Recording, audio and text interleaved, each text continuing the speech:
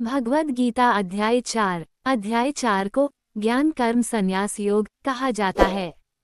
इस अध्याय में भगवान श्री कृष्ण अर्जुन को बताते हैं कि कैसे सही ज्ञान, धार्मिक कर्म और आंतरिक संन्यास मिलकर मनुष्य को मोक्ष के मार्ग पर ले जाते हैं। यह अध्याय कर्म, ज्ञान, अवतार, यज्ञ और मुक्ति जैसे गहन विषयों की व्याख्या करता है। 1. दिव्य ज्ञान का आरंभ। शुरुआत में श्री कृष्ण अर्जुन को बताते हैं कि उन्होंने ये योग पहले सूर्यदेव विवस्वान को सिखाया था, फिर यह ज्ञान ऋषियों से होता हुआ राजऋषियों तक पहुंचा। लेकिन कालांतर में ये ज्ञान लुप्त हो गया। अर्जुन को आश्चर्य होता है कि भगवान ने ये शिक्षा सूर्य को कैसे दी, क्योंकि सूर्य तो बहुत प्राचीन है।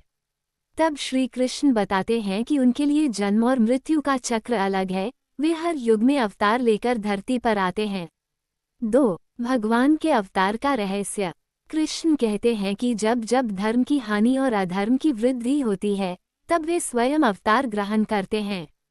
उनका उद्देश्य है सज्जनों की रक्षा, दुष्टों का विनाश और धर्म की पुनः स्थापना।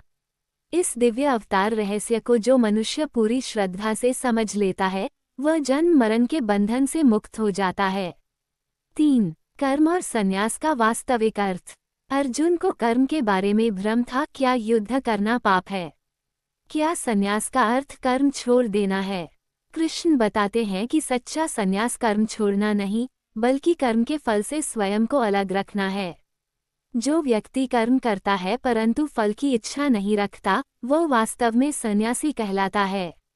कर्म से बचना ही मुक्ति का मार्ग नहीं है, बल्कि निस्वार्थ कर्म ही जीवन को पवित्र बनाते हैं। 4. कर्म का गूढ़ विज्ञान। कृष्ण कहते हैं कि कर्म, अकर्म और विकर्म को समझना अत्यंत कठिन है। कर्म, कर्तव्य कर्म। अकर्म, ऐसा कर्म जो वास्तव में अंदर से निर्लिप्त होकर किया जाए। विकर्म, अनुचित और पाप कर्म। कृष्ण सिखाते हैं कि बुद्धिमान व्यक्ति कर्म करते हुए भी अकर्म में स्थित रहता है, अर्थात वह कर्म करता है पर उससे बंधता नहीं। 5. ज्ञान का महत्व। अध्याय 4 में ज्ञान को अत्यंत शक्तिशाली बताया गया है। कृष्ण कहते हैं कि जैसे अग्नि लकड़ी को पुनर्तः भस्म कर देती है, वैसे ही ज्ञान कर्मों के बंधन को जलाकर समाप्त कर देता है।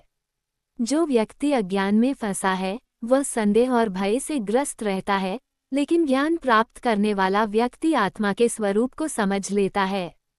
वह जान जाता है कि आत्मा न जन्म लेती है, न मरती है, वो शुद्ध, शाश्वत और अजर अमर है। 6. यज्ञों का वर्णन। इस अध्याय में विभिन्न प्रकार के यज्ञ बताए गए हैं। ज्ञान यज्ञ, तप यज्ञ, प्राणायाम यज्ञ, अन्न यज्ञ, दान यज्ञ आदि। कृष्ण कहते हैं कि इन सभी यज्ञों में ज्ञान यज्ञ सर्वोच्च है, क्योंकि ज्ञान से ही मनुष्य को वास्तविक मुक्ति मिलती है। 7. गुरु की आवश्यकता। श्री कृष्ण बताते हैं कि सच्चे ज्ञान के लिए गुरु का मार्गदर्शन आवश्यक है। श्रद्धा, विनम्रता और सेवा के साथ गुरु के पास जाओ। गुरु तुम्हें वह ज्ञान देगा जो अज्ञान को मिटाता है और जीवन को प्रकाशित करता है।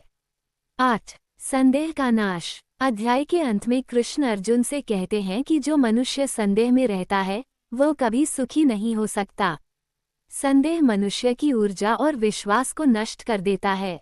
इसलिए वे अर्जुन से कहते हैं कि उठो, संशय को काटो और धर्मयुद्ध करो, क्योंकि कर्तव्य पालन ही श्रेष्ठ कर।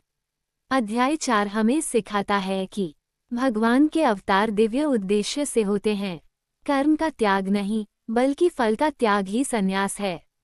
ज्ञान हर बंधन को जलाकर हमें मुक्त करता है। निस्वार्थ कर्म और सही विचार जीवन को पवित्र बनाते हैं। यह अध्याय बताता है कि ज्ञान और कर्म दोनों आवश्यक हैं, और दोनों का समन्वय मनुष्य को परम शांति तक ले जाता है।